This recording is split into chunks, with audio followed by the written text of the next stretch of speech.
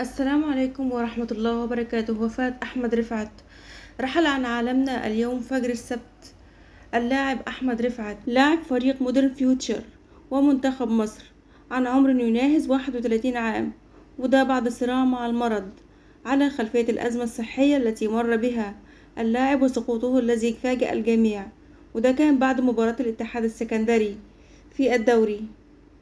واستيقظ الوسط الرياضي المصري صباح اليوم السبت على خبر مفجع وحزين بوفاة اللاعب أحمد رفعت، مع العلم أن اللاعب ظهر خلال أيام قليلة في برنامج الكرة مع فايق علي على قناة MBC مصر 2، وده كان في يوم 23 يونيو الماضي.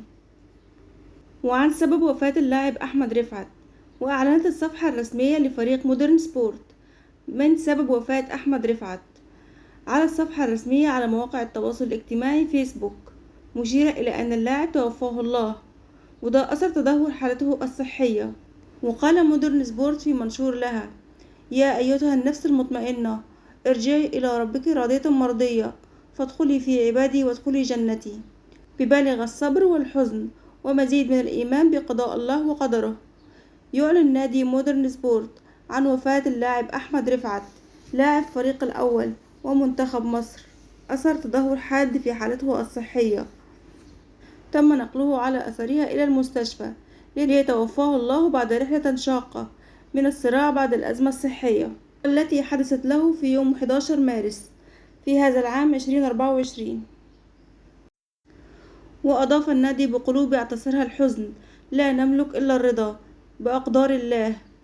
ويتقدم النادي بخالص التعازي لأسرة اللاعب وجماهير الكرة المصرية، داعين المولى عز وجل أن يتغمده بواسع رحمته ويسكنه فسيح جنته، وأن يلهمنا جميعا الصبر والسلوان.